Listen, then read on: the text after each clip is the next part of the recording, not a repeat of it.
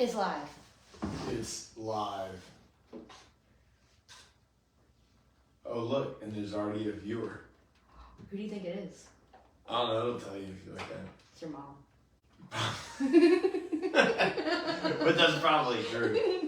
We haven't started recording the podcast though, right? No. Okay, well, for all these people, all these single-digit viewers that are tuning in on Facebook, oh, we got a few. So here's what we're doing: is this is a new format, and we upload every week on the Live Well podcast, which is the STRONGSIDE podcast. But what we want to do moving forward is on the last week of every month, I'm going to be a guest on the podcast. I appreciate Bree having me on.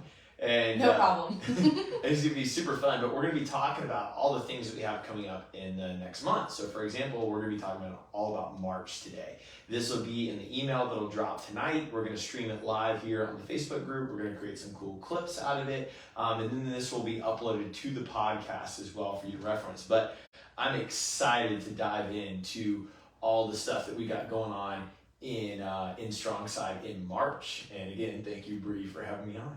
Hey, anytime. All right, you ready to start I'm going to start this. All right. We're going to start the podcast. Ready? Ready. 3, 2, 1. All right, Mitchell. I'm going to start the podcast with asking you a very important question. Oh, snap. What did you eat for dinner last night? Not breakfast, dinner. Ooh, for dinner. Mm-hmm. All right, check this out. All right, so every Tuesday we go to our neighbors. And it's not a secret. I don't like 90% of our neighbors, but I'm just gonna tell the world. But, hey, I'm sorry, but the people that we go to Taco Tuesday night with, they're super cool. And I started this really cool new nutrition program, really sticking to all the STRONGSIDE stuff or whatever. And I was only allowed a certain amount when I went to dinner last night. So the answer to your question is, went to Taco Tuesday. It's usually tacos and margarita, right? But last night, I had kombucha, Woo! no alcohol. I had tacos. However, it was, what I was allowed for that was one tortilla. That's how many carbs I was allowed to have. And then I had it was 93.7 grass-fed ground beef with it. And it was just lean protein. And I had some avocado for my fat and the tortilla for the tacos. So the answer is tacos, but I think it's more important to answer how I had that. I had a social experience. I stayed to my plan. I had a whole lot of fun time with the two neighbors that I like. Hey, that sounds like a win. I think tacos can absolutely be made healthy. I think everyone just thinks tacos, they think bad. They do not have to be bad. My favorite thing about this dude is my neighbor's name is Will, and he was dead serious when he said this. We're eating tacos, and I was like, man, yeah, it's just kind of cool that, Tuesday is Taco Tuesday. It's cool that you have us over. And he goes, oh, man, yeah, dude, I eat Mexican food all the time. Mexican's my favorite food group. It is a food group. I was like, what are you talking about? Now, next important question, what flavor of kombucha did you have?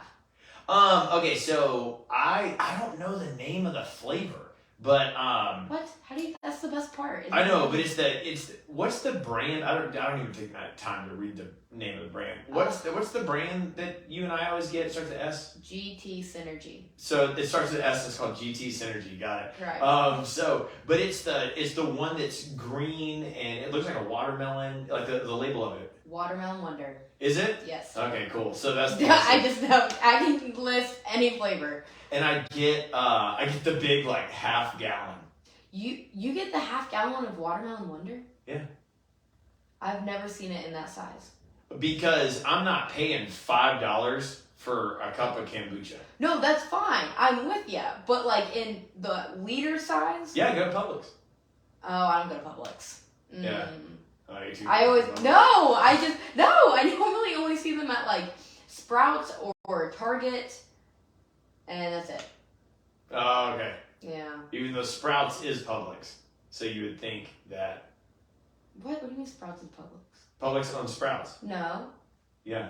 What? Yeah, it's their competition against Whole Foods. I thought Whole Foods owned Sprouts. No. Oh. Amazon owns Whole Foods. All right. Well, Mexican food's a food group. Yeah, there you go. And that's where we're at. What'd you have for dinner? Kept it really simple. We already had some meal prep chicken that we grilled over the weekend, and a sweet potato and freaking all the cauliflower in the world. You put it up on Instagram. It looked pretty good. It was amazing. It looked way better than my kombucha meat. See, I don't think I could do just carnivore diets. I've been doing a lot of research. That's not what I'm doing, by the way. No, I know you're not doing that, but like I got a lot of questions on it. I've had a client who wanted to do it for a short period of time, and I just don't think I could do it. I'd get really bored and sad. I love vegetables. Do you think that people chase the diligency of the diet, or do they really think that it's good for them? Like, I'll give you an example. I don't care what diet you're doing. Me personally, I don't think it's really effective if you participate in a diet where you eliminate a macronutrient. Like, I'm going no fat. I'm going no carbs. Yeah. Like, whoa. Like, those exist for a reason. Yeah. Or you just say, I'm going to go carnivore because using that name and using that structure keeps diligency to where I don't take in abundance of sugar and crappy food because I'm doing this thing called carnivore. I think there's two sides to it. So for this client in particular, he was very interested because of the studies in how carnivore affects autoimmune diseases in particular, and how, because the idea is that you do it for a short amount of time. And even with the research that I was doing for him, doctors that talk about it, especially functional medicine doctors, talk about how carnivore starves out the bad bacteria that's in your gut, because you're eliminating a ton of sugar. So any bad bacteria that's causing any more inflammation for autoimmune diseases are starved out. But there's a honeymoon period with carnivore. You feel really great 2 weeks in, and you're like, oh, I can do this forever. And you're in there like for a month, and you're crushing it, and no one feels bad. But then they get their blood work done, and things get weird. So it's like, don't say. Now, there are people out there who like are surviving on it because they needed to do it with the guidance of a doctor or whatever. But I think I see it like Whole30. It's not really reasonable to stay on it for a long period of time. The difference is that chick tells you in the book straight up, this is not how you live your life. Right. Like, she's like, it's 40 days, 30 days, Whole30, 10-day reintroduction, and then here's how you don't eat like a jerk. Pretty much, yeah. And you take those because then as you start to add things in, you're basically doing an elimination diet, and then you can very much see what doesn't work for you. Like, Zach did a version of it, and we've found out, like, dairy does not make him feel very good. He's like, I just feel fat when I eat dairy. And I'm like, okay, then don't do dairy. Yeah. Yeah. And you're doing some very interesting things right now. Yeah, I'm playing around a lot. Got some new toys in the gym? Yeah, dude. So I just need because everybody keeps asking me that because they're so used to seeing me like work out a certain way. And even Brinley, I was up in Canton this morning, Brinley's asking me about it. She's like, what are you doing right now? I was like, I'm just going to sum it up. The exact opposite of everything Iron Man. Like, I've been moving and grooving. Hey, I'm going to go run 20 miles. Look, I don't want to work out for 7 hours in a row right now, like in a training day. And I know there's so many of our members doing it, and go you, and I'm so excited for you, and it's amazing. And I truly mean that. I'm just done. Like, I've been doing Ironmans since I was like 19. I'm good right now. Yeah. And I am going the other direction, and I'm loving it. I've been like hopping into classes. I'm signed up for our competition that we're going to do later this month. I'm partnered with Ron Brown. I'm super pumped up. And I'm really just trying to stack a bunch of muscle on my frame. Like, I'm not going to get huge. I just don't have that body type. But I've never been like a large person. And sometimes my body aches because of it. Like, I know that. 20-mile runs, limited strength training, your body's not going to feel too good.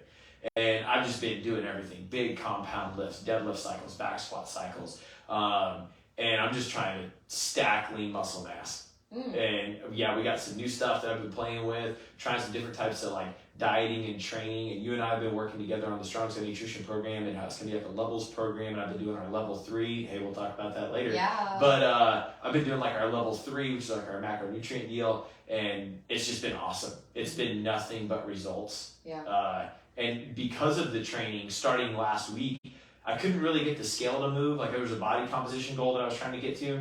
So I upped my carbs 90 grams a day and lost 1.5 pounds in a week. Whoa. Yeah. Nice. I know, because it's because of what you and your team are putting together with all the like strong side stuff, and I'm all in, man. Not that I've never not been all in. I'm just all in, like doing it. Yeah. And yeah. I'm doing it too. I haven't tracked my food in like a long time.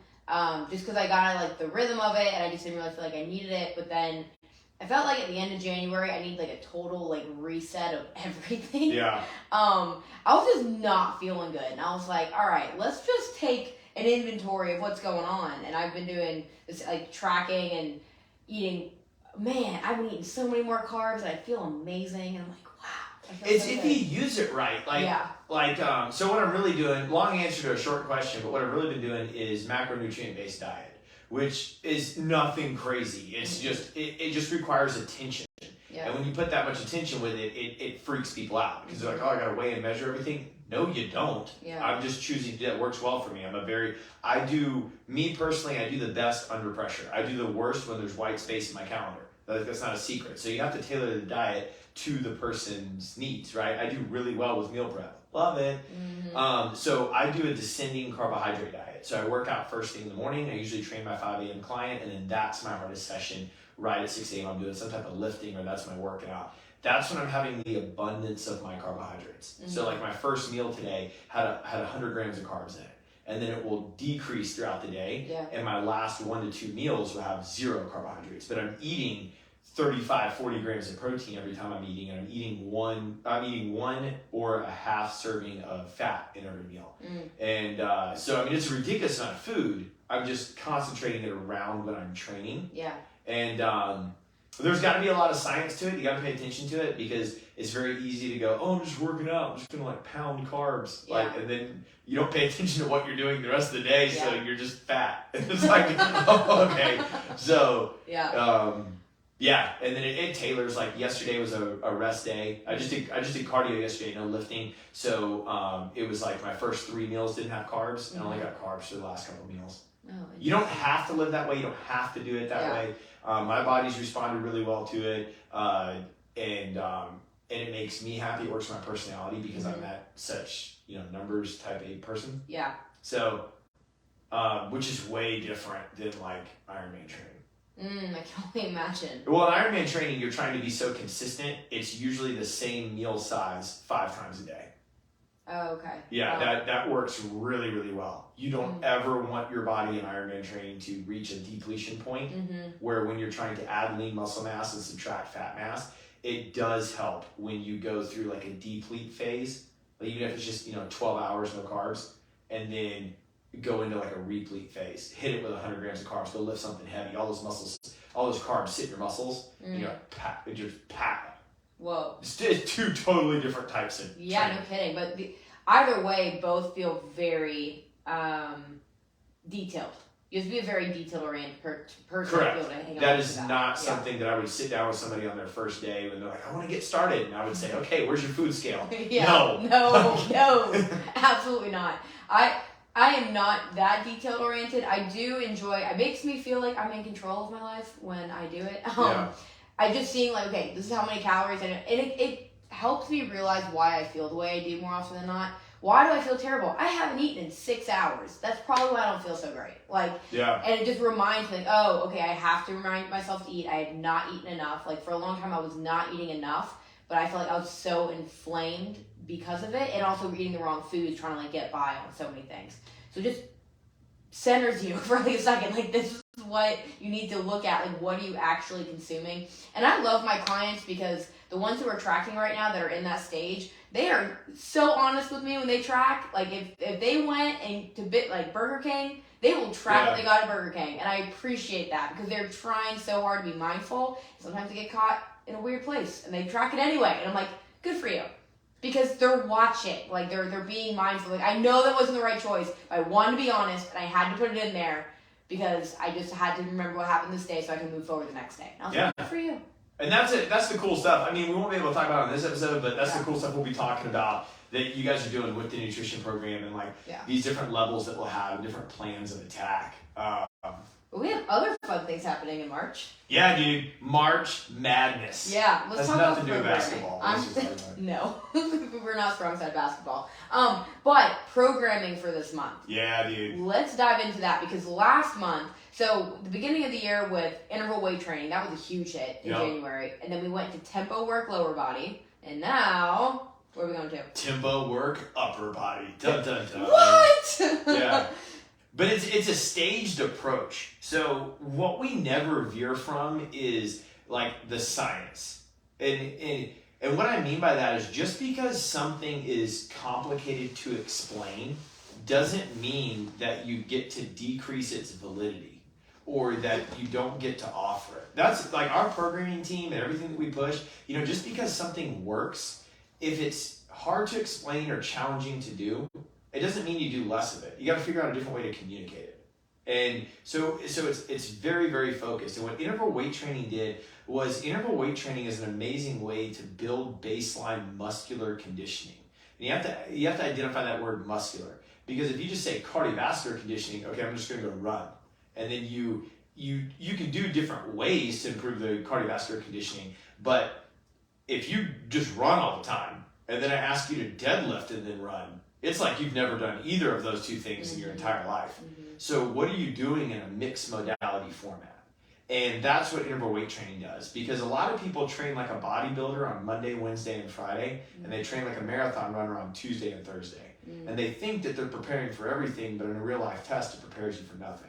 That's a really good point. So you have to mix those together. So that's what interval weight training did. And then when you look at a monthly progression, when you progress, you're never trying to exclude what you did before. You just can't make it the main focus. So if you say, I want to get better at pull-ups, and you spend some time to get better at pull-ups, well, when you get those pull-ups, you don't stop doing pull-ups. It's just if you were spending 50% of your week every week to get better at pull-ups, once you reach the level of what you think is good for pull-ups, you don't do it 50% anymore. You do it like 15%, right? You just touch it and you leave it fresh because you got to go work on something else. So that's what we started doing with the lower body stuff that we did last month. So we can't do everything all the time, because if you try to give your body everything, you're going to wind up giving it nothing. Yeah. And if you just do, I'm going to do this today and this tomorrow, I'm going to hit legs here, and I'm sure you're going to be physically exhausted and very sore, but you're not going to look or feel any different, and you're not going to perform any better. So you need a systematic approach to make that stuff get better, right? So the first thing you should do when you're developing strength is you should control the speed of the movement. And that's really critical. Just saying I'm going to get better at back squatting, hey, I'm going to do 5 sets of 10 with no control over the tempo or structure is very limiting, because you're probably creating poor movement patterns. And you're trying to create function in dysfunction. And you're only as good as the crappy movement patterns will allow. It's a very scientific term, crappy movement patterns. But you have to refine those. And tempo does a really good job of doing that, because you slow that thing down. You give the coach an opportunity to teach, see, and correct. You give the mind-muscle connection an opportunity to adapt. And you start building strength. It also forces the lower load. It doesn't allow athletes to go above what they're capable of because you slowed down the tempo. You put an expectation on it. So we spent time on the lower body, the very large muscle groups, really getting time under tension. Time under tension is how often you're lifting for, or how long you're lifting for. And then now it just sounds simple. Oh, we're going into upper body. But what we're really doing is looking at the joints. Your body is a multi-joint machine, and you move multi-joint. You don't move single joint. When you move, you're moving multiple joints at the same time. So in an effort to say we needed to improve the squat and the deadlift, we did that. And then now as we pivot into March, it's not like we're not going to squat and deadlift. Like I just approved the training that rolls out next week. You are squatting and you are deadlifting. But it's like in the workout, it's a smaller ratio. It's a smaller portion. But now the focus is going to be on upper body. And the reason that we're going to focus on tempo is so we can focus on the sticking point. And the sticking point is a part in the range of motion where you become weak. It's like if you do a push-up and you're really strong on the way down, but you're really bad on the way up, that's your sticking point. So how are you going to fix that? And you can't just say do more push-ups because it looks like something's wrong with your push-up. Why are you really good on the way down? You're not good on the way up. We have to fix that phase of the movement. And you actually get stronger setting stuff down than you do pushing stuff up. I know, mind blown. What? Yeah, you get stronger setting down the deadlift than you do picking it up. Yeah, like a lot of people that train for like size and strength, you notice they never drop the barbell from the top because you're doing 6.5 reps. You're not doing 7. You do get stronger on the way down. I mean, we're not gonna like tell that you makes to sense, rep, but that makes sense. Well, even today when Chris was teaching the class today, we did deadlifts and we were hanging onto the bar and we were just practicing setup. And we'd set up and we'd be there for like 5 seconds. That felt like a century. Yeah. And we'd come up. And then I was setting it down for the first 3 reps. I was like, I'm exhausted. I'm looking around. I'm like, we're just like going over the demo. And then everyone else was dropping. I was like, well, I'm going to start dropping because I'm tired. Makes total sense. yeah. And then we need that for the upper body. Yeah. So we need your hips and your your hips and your shoulders are very interesting. There's nothing holding them in place. So your knee has a bunch of stuff. Your elbow has a bunch of stuff holding it in place, true tendons and ligaments. There's nothing in the hip or shoulder that connects like the humeral head or the femoral head to the pelvis or to, it just like floats around in there. And there's things rolling over it. So reckless. Right? Well, that's why you can like do, this big circle motion with your shoulder, but you can't really do that. Except maybe with your wrist, but that's because there's 26 little bones in there. So, but you can't do that with your elbow, right? So when you think about that, you're like, holy crap, what could happen? I could get an impingement. Why do my big joints hurt? Why, my aching lower back. Like, it's not your back, it's your hip. Yeah. Oh, my neck hurts. Not your neck, it's your shoulder. Yeah. Majority of the time. So when you look at like real life functionality, you know what the most dangerous exercise in the entire world is?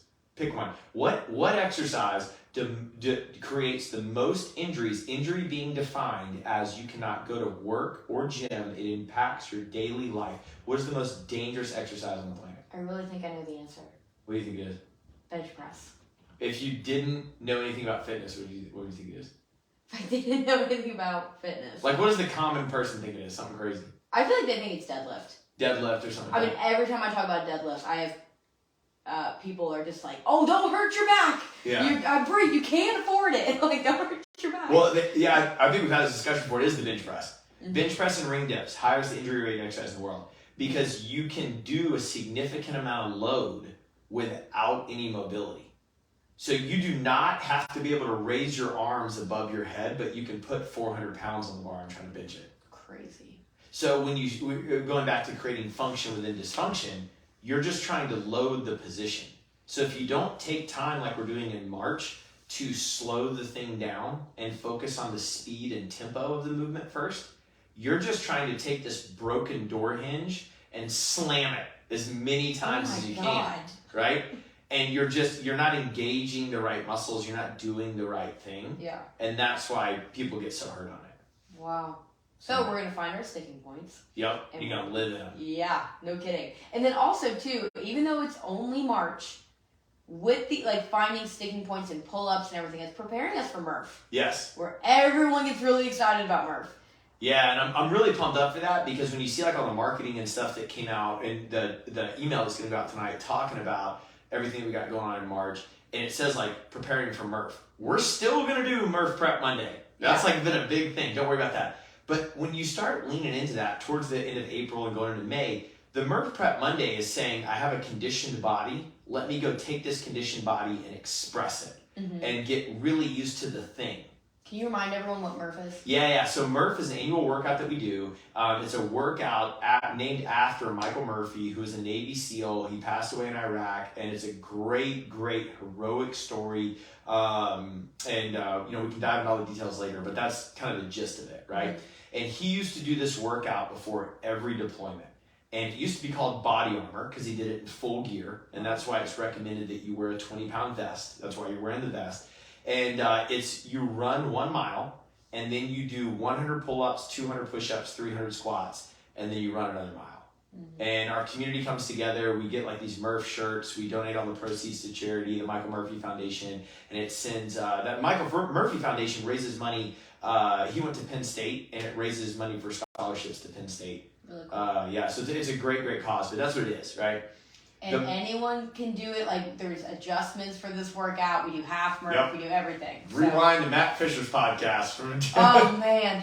The best podcast ever. Yeah, dude. But yeah, so that's the workout. And Murph Prep Monday, when we do that, that'll be about like taking the body that's already been conditioned and, elevating it more, right? But if you're with us right now, like, yes, people are going to join in April or May that are not here now. It doesn't mean they can't do Murph. It's just if you're here, like, let's just take advantage of it, right? Yeah.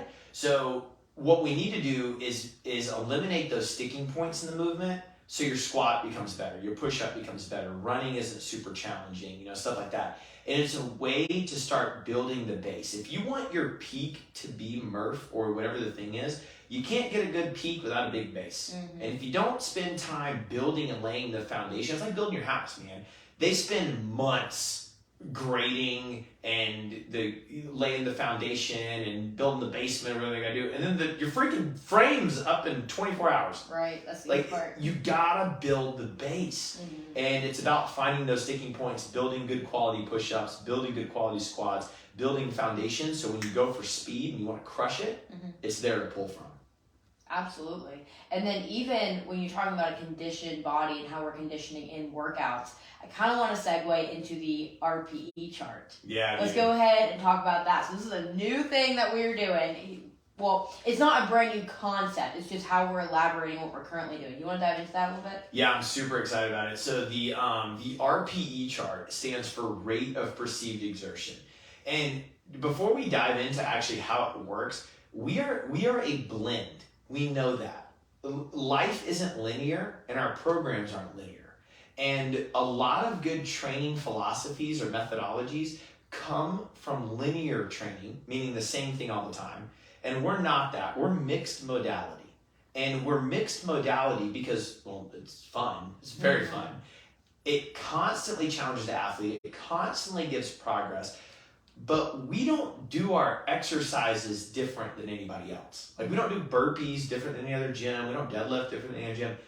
How we do it and how we execute our training sessions is what makes StrongSide StrongSide. So in the world of training, in the world of like program design, so first off, programming is not coming up with your cool workout that you want to do that day. And a lot of people think that whatever a workout is called programming. That's not what that is. Programming is looking at a macro cycle of 12, 14, 16 weeks, something like that, and breaking it down to small microcycles. So you take a mesocycle, make a macro cycle within it, and a microcycle within that. That's true programming. How many people listen to this podcast know what that is? Like a bunch of exercise scientists out there. Yeah, nobody knows what that is, and nobody cares to know what that is, and you don't join a gym to learn what that is. Now, remember what I said in the beginning of the podcast, though, just because it's challenging to explain doesn't mean that you don't get to do it. You have to do it. Yeah. That's our integrity to the member to provide a really good service. But then we come in and we say, okay, we're going to do strength training cycles.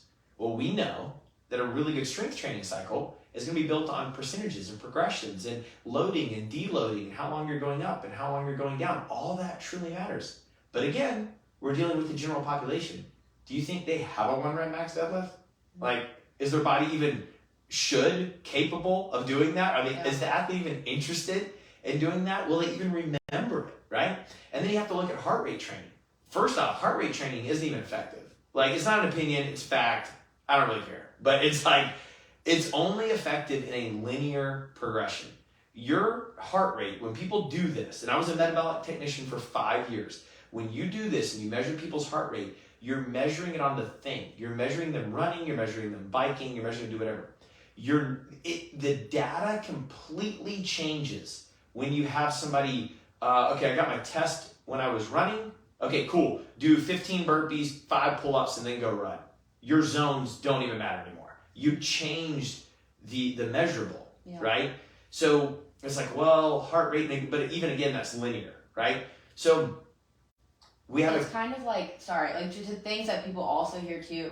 I don't mean to cut you off, but like looking at nutrition, Like when people look at like when they get their blood work done, it's like whether it's fasting like glucose or not, like those numbers like can be totally skewed. Or like when people ask me about probiotics, like talking about like a 1 rep max. If I just give you a whole bottle of kombucha, you drink the whole thing, you've never even thought about probiotics, it's not gonna go well. Like a 1 rep max is not gonna go well. It's like no one cares about essential amino acids or polyphenols when really what I'm just talking about is like steak and vegetables. It's the same type of thing. Yeah.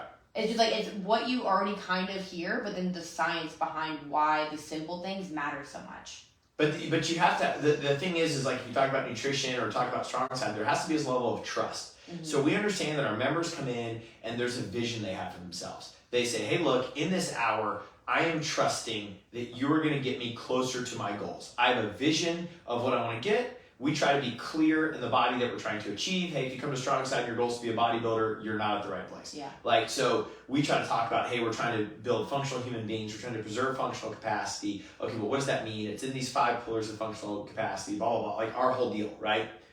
But the member comes in, they have that trust. They don't want to know what polyphenols are. They trust that the nutrition coach, that person is going to lead them to that. So we say, okay, you come in and you do our workouts. And you do our workouts, you're going to get fitter, right? What's challenging is that, so first off, but to close the loop on what I was saying before, you have these linear programs, you have weightlifting, you have conditioning, they're measured linear. Okay, well, we're mixed modality, right? So when people try to take that linear thought and then come into mixed modality, there becomes an absence of understanding. When I say, hey, Bree, I want to get in shape, and you go, yeah, if we haven't defined that, I'm not saying anything and you're not hearing anything. We have 2 different versions of whatever we're defining that is. And then if I say, hey, let's go do this workout that's going to get us in shape. Let's assume that we've defined what in shape means. We both come to an agreement on that, but we execute the workout differently. Will that workout get me closer to my goals? It's not doing the workout, it's how you do the workout. It's not going to the gym today. How did you go to the gym today? It's not that you squatted. How did you squat today? How you do everything matters. But we have to look at ourselves as a business, as coaches, and say, well, yeah, but we're dealing with people that they don't want to make any decisions when they come in. That's okay. Yeah. They want to be guided. They're not here to, at the end of this, take a test. They're not here to make this their profession. They want to trust that what we're doing is getting them results. But what we cannot do is say, well, the customer doesn't really understand it, so you know what we'll do? We'll stop doing all that complicated stuff that we know is proven to give results because the customer can't understand it. We'll just, I don't know, do burpees for an hour, go really hard, things, put your heart rate monitor on and crush it. It might work for other people, but I'm just telling you, I've been doing this 15 years. Like if I had to pick something for my client to be focused on, it would not be how tired are you after a workout. It would not be how many calories you burned in the workout, right? I want to focus on other things. So, hopefully that little tidbit got your brain turning. Well, it sounds like there's all this really good information, but I don't know how to apply it. Yes, correct. Dun, dun, dun. Introduce the RPE chart. So RPE stands for rate of perceived exertion. And what that is really doing is it's taking your fitness and mapping it out wide. And if I said we're going to go run 5 miles and you run the first mile at your mile PR pace, that's a very high RPE. And it's probably a very stupid decision because you're not going to make 5 miles. No. But if we started at a pace where we said, look, this is not my fastest mile, but I'm running 5. So I need to kind of gauge how I'm feeling right now to make sure that I can run 5 miles, right? That's what RPE is. But it's broken into weightlifting, conditioning, and then a number scale.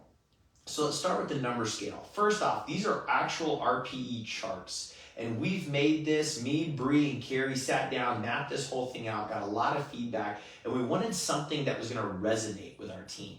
And this is an actual canvas that's going to go up in each of our gyms, something that you will see. It is going to be on Wodify starting next week that has little emojis on there, like all kinds of cool stuff. This is something that we're going to live by.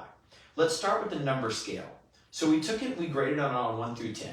And we gave you 5 different areas from warm up to max effort. And we said, okay, on an RPE scale, this should feel like a 1 or 2. This should feel like a 3 or 4. This should feel like a 5 or 6, right? And it goes all the way up to 10. And what it'll allow you to do as a new person, as a seasoned person, is somebody learning how to tackle the workout the right way. Because I'll tell you right now, the numbers on the board don't matter. The weights on the board don't matter. How you do the workout is what matters. So it's this number deal. Right next to that, there's emojis, because emojis are fun. Yeah, they're the best. Yeah. And you're going to start out with a happy emoji, and you're going to end with a crazy emoji. And you're going to see this kind of ladder, and it's like, oh man, I should look or feel like this. Mm-hmm. But then one of the most important pieces is the workout category.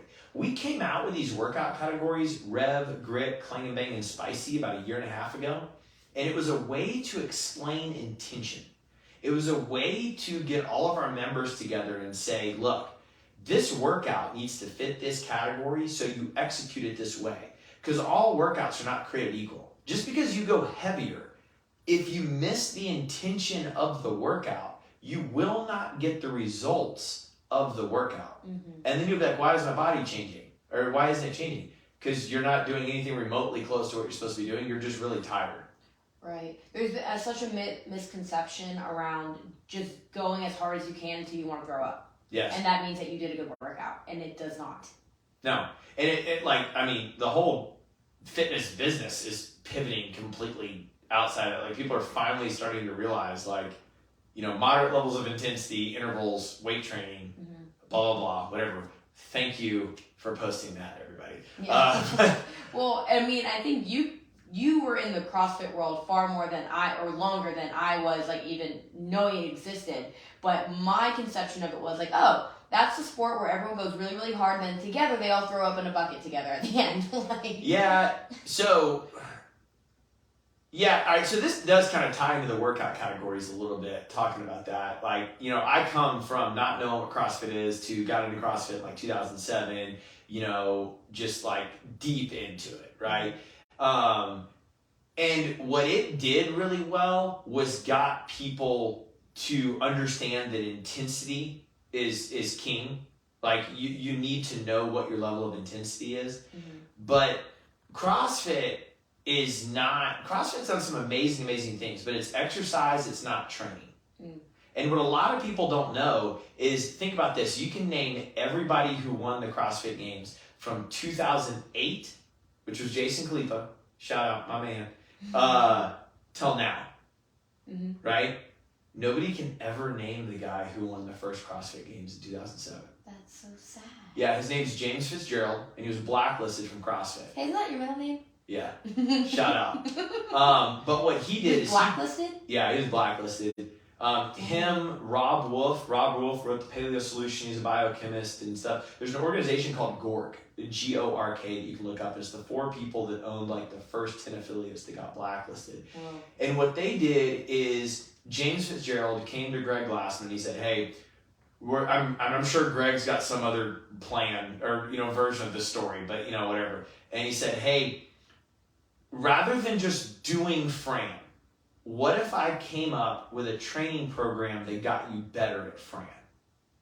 Right? Mm-hmm. And to us, we're like, oh, it makes total logical sense. Look at the thing like sport. Like, CrossFit's methodology is called the Hopper model. That you should be doing a fitness program that allows you to do anything at any time. So the first CrossFit Games in 2007, the final workout, they took a bunch of exercises, they put it in a hopper, they spun it around, they pulled the exercise out, they said, this is what you're doing. Mm-hmm. And it makes total sense. You should be fit enough to do that. Right. The problem is that's how they train. I'm going to do this anytime, whatever. And that's not a real logical way to look at training and stimulus and adaptation to your body. So James Fitzgerald went on to create OPEX. And OPEX is a floor-based model in a gym where you have one coach and you have people come in at any time they want. They have their own program and they like do whatever. I mean, it's not a bad deal, but it's really smart. They take them through like phases of training, right? Mm-hmm. Greg Glassman said, that's stupid, get out of here, you're blacklisted. And he's no longer allowed to compete. Wow. Anything. His ban ended a couple of years ago. He's like 45 now, and he did come back and compete in the Masters division. Mm. But best hour of their day, this is the last thing I'll say about CrossFit. I'm not trying to give them any shout outs or anything, but best hour of their day as a podcast, and they just had a good guest on there, and they said the job of the affiliate owner is to get away from saying sentences like, we have a great community that also does very hard workouts. And I was like, finally, I think they're getting it. Yeah. Like, I've been doing this 15 years and I've never met a single human that said, CrossFit, that sounds like something I can do. Yeah. Great. Where do I sign up? All we get is, you're not CrossFit, are you? Like, oh no, people get hurt in CrossFit. That's what I hear all the time. That's where all the crazy people go. It's like a cult. Like, whoa. I'm not gonna flip a tire. You can't make me. No. That's what I hear. And we appreciate the methodology, and we have learned so much from them. But dude, we also got degrees, USA weightlifting certifications, NASM, PTA Global. I mean, we're a collection of what is the best information out there and what truly works. You know, I study California Strength, West Side Barbell. We pull from the best in what they do and pull that together here. So going back to the RPE chart, the workout categories allow the member to understand intention. You know, if I do the workout death row, you know, it's 20 minutes of rowing and burpees. A lot of people get done with that and they're like, oh man, I feel like I'm gonna pass out. Yeah. You started the workout too high. You actually got less work done. If I was to take your fitness and measure it throughout the 20 minutes, if throughout the 20 minutes the amount of calories and burpees you did went down, you actually got less work done than if you would have just started at a lower amount and held that for the 20 minutes. That would have been more productive, right? So understanding the workout category gives it a name. And when you give it a name, you can relate to it. And you give it an identity, and you give it a thing. And it's not like, oh, my trainer sucks, that's hard. No. I did a spicy workout today. I know that spicy means hot and sweaty, repeat rounds in intervals. It's probably going to be 15 to 17 minutes long. Oh, I'm going to do a grit workout. Okay, that's going to be 20 minutes plus. It should be done at 60, 65%. Now, on the other side of this RPE chart, you're also going to see percentages. You're going to see percentages, and you're going to see a barbell. And our intention behind this is, let's say you don't know your max lift. You're new to this. You're like, how much should I lift? We're going to be able to actually guide you and say, okay, based on the STRONGSIDE RPE chart, we want you to feel that your set of 8 back squats today should feel like 70%. You got your fun little emoji, your face should look like this, and when we go into this workout category today, it should be executed like this. Because we understand that we have hundreds of people coming into our gym every day, and we have all this different loading, different workout prescriptions. You can still get people to get very similar results as long as they follow it the right way. And I'll end with this. When the coach tells you that the rower should be done in 2 minutes, that does not mean that at the 2-minute mark, you're done and you just hop off. What it means is you adjust the meters or you adjust the calories. Because again, those are arbitrary. We try to get kind of close, but you might be different. That's okay. You get something that you can hit that fits that workout category in the time frame. That's how you do it. It's all about productivity. We all know that we hate those days when you get done with a day and you're exhausted and you got nothing done. Oh, I hate those days. They're the worst. Yeah. Don't do those. Yeah. Do something that's going to get you value when you're not here. And executing sessions, where's the growth in the muscle? The growth in the muscle is done when you're not working out. So you better do something in the workout to make it grow and develop when you're not here. Boom. Done. Yeah. That's it. RPE chart. Yeah, and I'm really excited about just the emoji part. It's very much like when you go to the doctor, it's like, how do you feel? Scale of 1 to 10. Ooh. Everything's fine. Yeah, it's fine. Everything's fine. I think you were the most excited about that when we were going back and forth on revising the RPE chart. We would give feedback and you're like, yeah, it's cool and all, but what about the emojis? I really wanted to give them names. That emoji, that's Steve. You don't want to look like Steve right now. The top one's Karen. Yes. Exactly. But I was like, but then we might have some members with the same names, and I'm not trying to hurt their feelings or anything. That'd be weird. Dude, I remember years ago, we had a new lady start. There's a workout called Karen, 150 wall balls. And a new lady started, her name was Karen. And she came in, this is 2015 or something like that. And it just says freaking Karen written on the board. And everybody's like, oh, we're doing Karen. I hate Karen. And I was I'm so sorry. We're not talking about you. She's like, I already hate this place. I just got here. Oh, classic. Why is my name on the board? Why does everybody hate me? Yeah. Well, even with looking at how now we have the RPE chart, we've had the categories. This is also how we structure the Shamrock Showdown events. Segueing right into that. So that is happening March 18th on Saturday. It is completely sold out. Bam. It's oversold. Oh yeah, it's gonna be great. It's gonna be fine. Yeah. It's fine. We're gonna have 53 teams. 54. No, 53. No, I just sent you a Slack message. 54. Okay. So it's gonna be fine, and that's gonna be a lot of people on the floor competing. Yeah, pumped up. So we do these intramural competitions, and it's really fun. It's a way to take our fitness and express it in sport. And that's not really any different than single modality. I mean, if somebody lifts all the time, what do? You do a powerlifting competition, you do a weightlifting competition. Somebody runs all the time, what do? You go run a marathon, you run a 5K, right? But mixed modality, how do I do that? Well, it turns out, guys, that you can do box jumps and burpees for time. Yeah. And it's super fun. And we used to have competitions that we invited other gyms, but it just got a little too crazy. And honestly, the value between our members, it kind of went down. Like we were just spending all of our time on other people. And I wish those people were members here. They're great, but I love our current members. I want to help them. Yeah. So we've just pulled it all in-house, and all of our gyms come together, and we're always 3, 2, 1, go. So you always take the floor 3 times. It's always teams of 2. Sometimes it mixes. It might be same gender, mixed gender, whatever. And it's always 1 grade time. And we hit 4 events. So even though you take the floor 3 times, there is 4 events.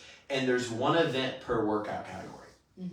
And this time, we have this 4th event. And that is a floater. You want to explain the floater's a secret. No one knows what it is yet. You won't know until competition day. All you know is it's going to fit the Rev workout category. So our Rev workout category is the sprint, it's the interval, it's the fast, it's under 2 minutes, really, really quick. So you will take the floor 3 times, and you will do an event each time you take the floor. Like one in the past, what we've done is you have like a part A and a part B, and that's how we get your 4 scores. And the reason that we need 4 scores is the leaderboard, it needs 4 scores. If you only have 3 scores, it's like you could easily just dominate. That's no fun. But this floater workout is going to present a new strategy. So on competition day, we're going to tell everybody what the floater workout is.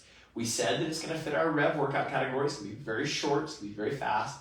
The strategy is that you can do it at any time you want. We're going to have a sign-up sheet of when you would like to go. You can do it first, middle, end, whatever. You'll pick your time spot and then go. And that's the strategy for when you would like to do it. I can't wait. I'm so excited. And like even just not even for the competitors, just for everyone that comes in. When we did the Spooktacular, I mean the energy, the Spooktacular, the one we did in October, just this past one, because it's evolved over. I mean, I haven't been here that long. I've only been here almost 3 years. But with each comp that I've gone to, it has just grown and grown and grown. Yeah. And this one sounds like it's gonna be our biggest one. And just with not just the teams, obviously we're oversold, but everyone that comes to cheer them on, the energy with when those events are going on, everyone yelling and cheering, when you are like watching your friend that works out with you at 4:15 every day, freaking lifting the heaviest lift they've ever done. I mean, man, I lose my mind. I'm screaming as a spectator. It's pretty unreal, and it's cool seeing the development and growth of it. Because how I always look at it is like, let's say somebody goes, I've been here 3 years, or you've been doing this intramural competition for 3 years. Kinda. Or you can say that we've done it 6 times. So if you've only done something 6 times, then you're probably not that good at it. And the first 2 or 3 times, you didn't really know what you were doing. Yeah. Right? So it's like, to me, you take the years, but you got to break it down into times. And you got to say, okay, we've done this 6 times. What did we learn from the first 2 times, the first 3 times? We've learned a lot, and we're just keeping it better. But I also think the last one and this one, we've really found our rhythm. Like if you keep changing the rhythm, you keep screwing it up. Yeah. So you got to find your rhythm. You got to settle into it. 3, 2, 1, go. 4 workout categories. Boom, boom, boom. And we just change what's in it. And food. Oh, yeah. Yeah, you've actually had a home run with this. We got food truck, coffee, and Girl Scout cookies, right? Yeah. Yeah. All the things everyone wants. Yeah. And because like when you're not competing and you're just watching, you need something to do. And let's eat, let's chill. Yeah, so we got Crazy Hogs coming out. Yeah. And they were at our Canton one year. And yeah, cool. they've helped us out over at Canton a few times. Yep. And the food's really good. It is good. It's not vegan. Everyone thinks I'm gonna book a vegan. I mean, it's cool if you're vegan, but I'm not booking a vegan food truck. Like I'm not. I'm sorry. Some people are like, I'm not coming. I'm like, okay, it's gonna be more than broccoli. And then we'll have the coffee cart with Allie and her husband at Flatlines Coffee. And there might be a baby. Yeah, Allie could. She's super pregnant. Yeah. The kids are going to get bored after like 60, 90 minutes or so. And that's really what it's for. So definitely bring a whole bunch of people, a whole bunch of friends. We also will be emailing out ahead of time. We're going to do a couple things. Number one is if you are a competitor, we're going to do a Zoom call with all the competitors. And we're going to give it as an opportunity to go over each workout and allow you to ask questions. That way it doesn't feel so congested on the day of. It'll be optional if you want. Everybody will be emailed all the heat times for each team. So if you're like, oh man, I want to come see my buddy, I want to have lunch there or whatever, but I don't know when they're going to go, you'll see that. So you can cheer your team on, you'll know what lane they're in and all that kind of stuff. And we're going to just make it a big old fun day. And then when you get a little tired, there's a coffee cart. Exactly. What more could you need? And it's good. But I'm a coffee snob. Like I'm not, dude, look, I own like one pair of jeans. I don't buy anything. Like I'm that guy, man. But I am a coffee snob. And it's really good. I know. I'm super excited. It's going to be great. And apparently they even have hot chocolate. I know. So if you don't like coffee, and obviously your kids probably aren't drinking coffee, they can have hot chocolate. That's cool. That's exciting. And it's like a pretty legit bad to the bone cart. I mean, they got to move it with a U-Haul. I was shocked when they showed up with their cart. I was like, this is not a cart. This is a freaking. It's a coffee food truck. I mean, but inside the gym, they have a whole vintage vibe. I was very impressed. Very impressed. It's pretty dope. But the competition, book your calendar now, March 18th. Bring everybody you know, bring everybody you don't know. Just holler at them. Tell the world it is cool. I promise you that, like our goal of this thing is to highlight you, and it is going to be sick. Mm-hmm. I mean, each athlete. Let's do the math. You got 108 athletes. We do about 1 to 1.5 spectators per athlete. We're going to be pushing close to 200 people just on general math. Yeah. Like then you're gonna have somebody show up. They're gonna bring 4 kids, right? Like the number's gonna go up, right? And then you got and then the last competition we didn't even have the food truck. We only had the coffee bar, and it doubled the amount of time. That's another thing people don't know that we monitor. We have like stopwatches, or at least I do, and I monitor how long people are in there. And we doubled the length of time people stay. So I think this is gonna be an all-day event, and what that means for you is how cool is it when in your adult life do you have 200 people screaming at you? Yeah. I mean, like when you hit that strong side total on event 2, and I don't care what the number is, no human in that place is going to care whether you got 55 pounds on the bar or 500 pounds. All they're going to care about is they want to find the person who's struggling. Isn't that the coolest part? Who's coming in last? Yeah. Who's got, really, oh man, they can't quite make it. And then they freaking make it. I get chills. It's like the room, I can't even explain it. Erupts. You've been in there. It feels like you're at the Strong Side games. Yeah. I mean, it's that's what it is. Every time that I watch this, and like if I'm competing, I'm like, man, I kind of want to be in last place. I want people to root for me. It is unbelievable, and it's so cool. I cannot wait. It's gonna be amazing. So that's happening on the weekend. Yeah. All right. So then let's talk about what happens 3 days before. We have the baseline challenge. Yeah, dude. We've never done this before, but it's all of the best parts of the past challenges that we've had. Yep. So let's dive into that one. Yeah, this is another big thing coming at you in March, is we're doing the baseline challenge. We have 5 baselines at StrongSide, and in these baselines, they are the stepping stone to building good functional nutrition habits. And it's simple things like drink half your body weight in ounces of water, eat half your body weight in grams of protein. It's get an 8-hour digestive fast, move for 45 minutes every day. Like it's minimum things that you should be doing, right? This challenge is going to be 60 days long. So it'll go from March till, when's the end day? It's May 15th. It's Okay. March 15th to May 15th. Okay. So it goes March 15th to May 15th. Throughout the 60 days, we're going to hit each baseline one time. We're going to spend 6 days on each baseline, and we cycle through each baseline 2 times. So you'll hit it twice. It's not one and done. You're going to track it all 2 ways. Way number 1 is you're going to have a private way to track it, and that's going to be on the InBody. The InBody is going to visit your club 3 times throughout the baseline challenge, and it's going to measure your bone mass, your muscle mass, and your fat mass. You don't have to share that with anybody, but you should know that.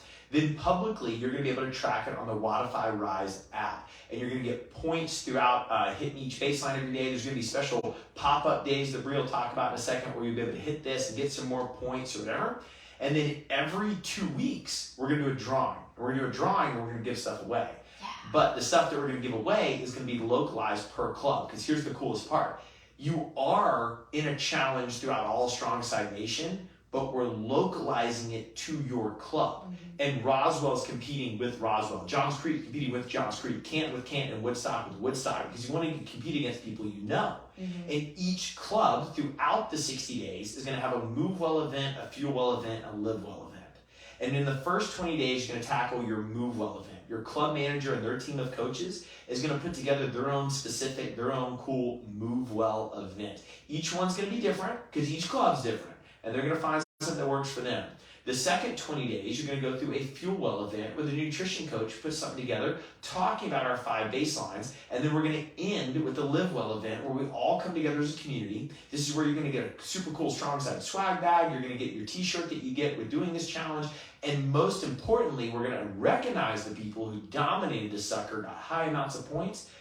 But each club manager is also going to be able to give superlatives. And this is really special. Because I know it's like, oh man, in high school we got superlatives. Yeah, but that was like high school. Each club manager is going to watch you go through this 60-day baseline challenge. They're going to see what you need to be rewarded on.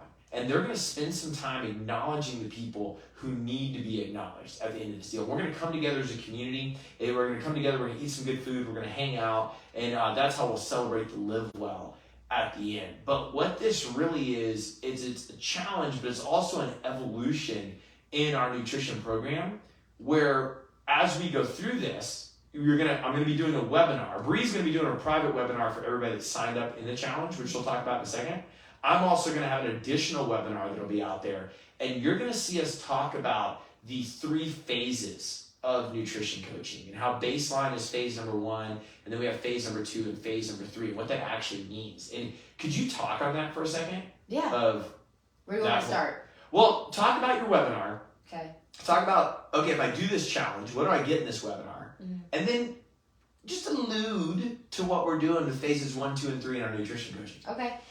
So in the webinar that I'm going to be doing, like Mitchell said, it's going to be a private webinar where I'm just deep diving into not only what the basic baselines are. So Mitchell listed them earlier, and it sounds simple, right? We have water, and we have protein and veggies, and that's all fun and cool. But why we have what we have as our base before we move forward towards the peak that Mitchell was talking about earlier. Because as he was saying, like, we have to lay down the groundwork, the baseline before we build. And even looking at, like, if you're not hitting these certain markers, like what symptoms may be coming up. If you aren't hitting them, and it can kind of start to it helps people put points together. Like, oh, is that why I have headaches all the time? Like, yeah, if you're not drinking half your body weight in ounces of water, probably. And starting there. But then I get to also dive into how that then affects your gut health, how it affects your hormones, how it affects, really, I emphasize hormones because so much of this has everything to do with your body clock and your metabolism. So how these baselines are deep diving into very specifics of gut health, hormones, overall metabolism. And also too, people will be able to ask me questions very specifically in that webinar as well. And I try and always leave a Q&A because everyone's very specific, everyone's very unique, and all of these basics hit people in different ways. So it's going to be a really cool opportunity to be able to connect with people that way. And then in talking about what we're working on in the nutrition program and how we're building, we have the baselines, but then we have this, there's always a level up. Like, okay, let's say I hit all 5 baselines. What's next? Everyone's always looking for what's next. And that's where we really get to dive into, again, gut health and adrenal fatigue, where we get to focus on really, I just keep going to hormones and cortisol, and how you're sleeping. I mean, it's deep diving further, but because you're becoming a new version of yourself. Once you hit the baselines, we get to talk about deeper into nutrition of, what is making up your nutrition. Like you hit half your body weight in ounces of water. You hit half your body weight in grams of protein. You hit your 2 servings of vegetables. You did an 8-hour digestive fast. You're exercising every day. How do we take those basics and now move you to the next level of like, what particular vegetables are you eating? What is making up your macros? Everyone knows macros. Should I be doing macros? Yes, eventually, but not starting out. So we get to level up to macros. We get to talk about calories. It's just a way to give you a journey towards that peak of where, like, at the peak, it's going to be very minute. But then at the base, it's those big concepts that are very simple. So, like, when you talk about, if you... I was just putting the microphone down I talk with my hands. I'm very Italian. I have to literally do, like, the pyramid. But, like, in looking at the simple basics of water and protein, that everyone talks about that makes up the majority of your health. And then as we get to go up deeper and deeper, you're then changing things like your body composition. That's when you get to change things like how much body fat you're losing. And then we're talking about energy levels. We're talking about supplementation, how we're going to continue leveling you up as an optimal human of what your goals are. So as Mitchell alluded to earlier, we're starting with the baselines in this challenge because if we don't have those, we can't move forward. And I really want that for all of our members, to be able to move up and level up. So our baselines are here to give you that head start, and then we can take you to the rest later on. Yeah, no, that's exactly what it is. And it's broken into 3 phases or 3 levels. Mm-hmm. And the idea is that our coaches will be able to assess what level you might need to be on or start at, and then build you up throughout those 3 levels. Because it's like, yeah, I got these baselines, but like, now what? Mm-hmm. And then it's like, oh, I want to start with macronutrient dieting. Like, maybe, but like, you might not need to do that, nor do you might not be interested in what that entails. Right?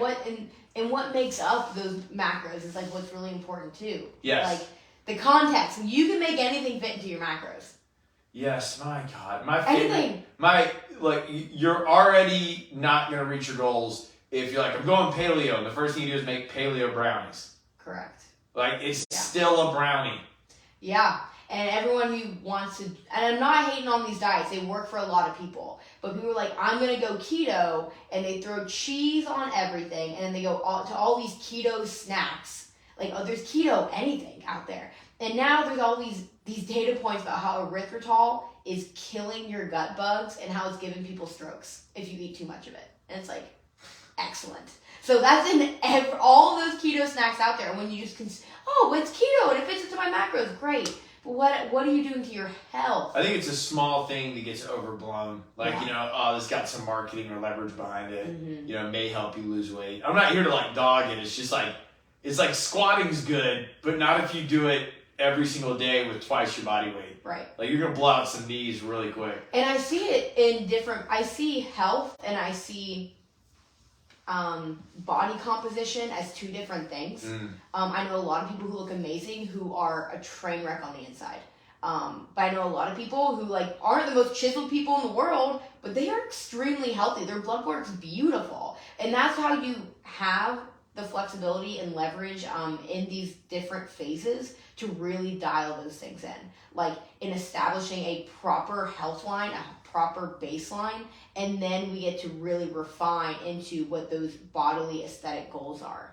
And I think that's really important because me as a client, I would want to know what we're going to do. Like when you just tell me, oh, we're going to do nutrition coaching, what does that mean? Yeah. Versus if you tell me, okay, we're going to spend like 8 weeks here and we're going to tackle these 5 baselines. Here's what we're going to do. Mm-hmm. And then we go up to this phase and want to spend about 8-10 weeks here. And here's our objective. And I'm going to be like, oh, there's a plan. Yeah. Okay, cool. Like, I get what you're going to do. You're not just going to be like, I got you, bro. Right. Like, I'm sure you do, but I kind of want to know how you got me. Yeah. And everyone's at a different level, too. Like, not everyone needs to start at the baselines because they're already doing that. You know, everyone comes to us on different levels, and we want to be able to cater to anyone who needs help. But this challenge. Yeah. So that's what the groundwork is for this challenge. It's all about the strong side baselines. That's it. And it's you'll sign up at the front desk. I say this over and over again. I'm all about some AI and digital technology and all that kind of stuff, but I swear to God, nobody signs up unless you put a sheet at the front desk. That's the only way that you people will sign up for anything.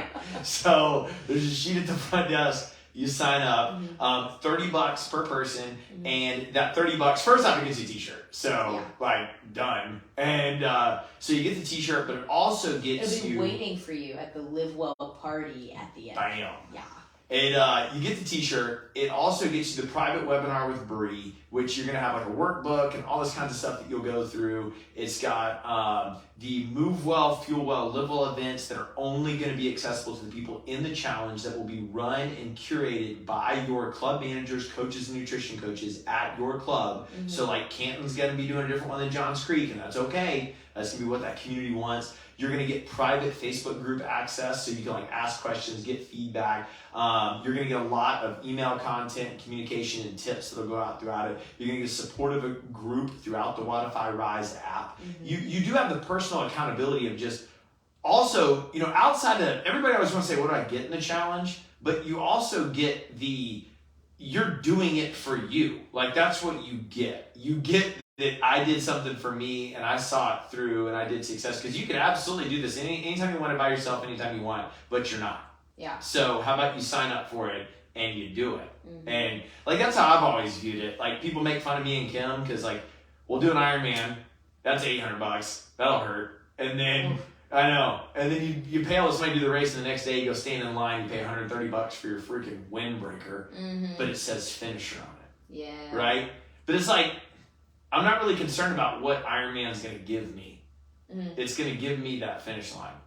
Yeah. Like, I want the finish line. And you're investing in the challenge. You're investing in yourself to show up. Yeah. You're totally going to show up to it. If you didn't pay the $800 to go do the Ironman, how many people would actually show up to do the Ironman? Yeah. I'm going to do it, like, on this date. And then, like, a month in, you're like, well, this got in the way. Well, if I paid $800, I'm going to freaking do it. Whether I'm, like, sucking wind or not. And this is only 30, so it's like, why not? But it's like, you know, whatever it is just doing it for you. And I think doing things for you is really important. If you don't take care of yourself, how in the world are you going to take care of other people? Yeah. So it's just like seeing it through and having a good time. And I think that I like this challenge because on day 61, there's still things that you'll be able to implement. Yeah. It's not like, oh, I'm done now. No, you're not. You spent 60 days developing a really good you, so you can keep that 60 day thing through 120, 180. You know. And we call them the baselines because, like, when we were first formulating this, I was like, I want people to develop habits. Like, this is what you fall back to. These are minimums that we know everyone needs to be hitting. And then you get to build upon that, you will get to hit ideal numbers. But with these minimums, when all hell breaks loose, this is what you fall back to be able to keep taking care of yourself. Yep. Because when something's going wrong in your personal life with family or whatever's going on, the first thing that happens that you let go of everything that takes care of you so that you can dive in and help everyone else. But you have to fall back to something, and like, you just keep building your baseline higher and higher and higher to what you fall back to when you're not paying attention. I think that's really important because we're all going to get off the bandwagon. Yeah. Like, it's going to happen. People go through emotional roller coasters and cycles in their life. You know, I'm more motivated and less motivated and stuff like that. But when you ever notice this with your right? You fall off track, you fall off the bandwagon, and you're always back to, I don't know where to start. And then you're always thinking about, you know, well, this previous version of myself. Like, you're always thinking about the previous version of yourself. Remember when I was, remember how I got, well, when I did this, there's not a lot of success in life by always talking about who and what you used to be in the past. Yeah. And the next evolution is to talking about where you're at right now.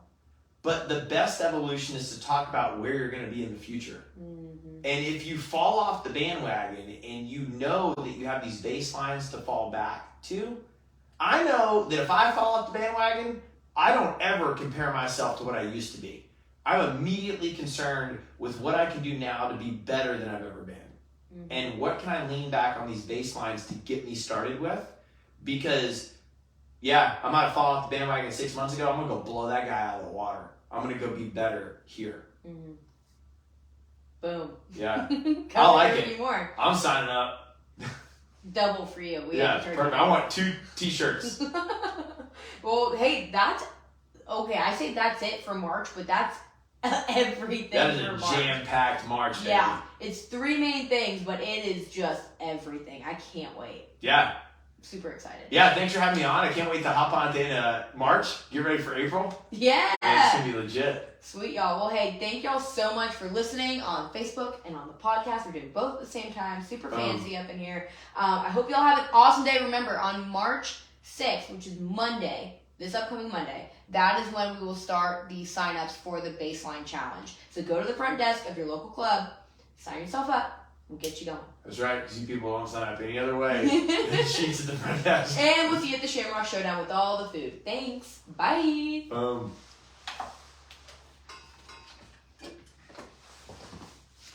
Let's go. Woo!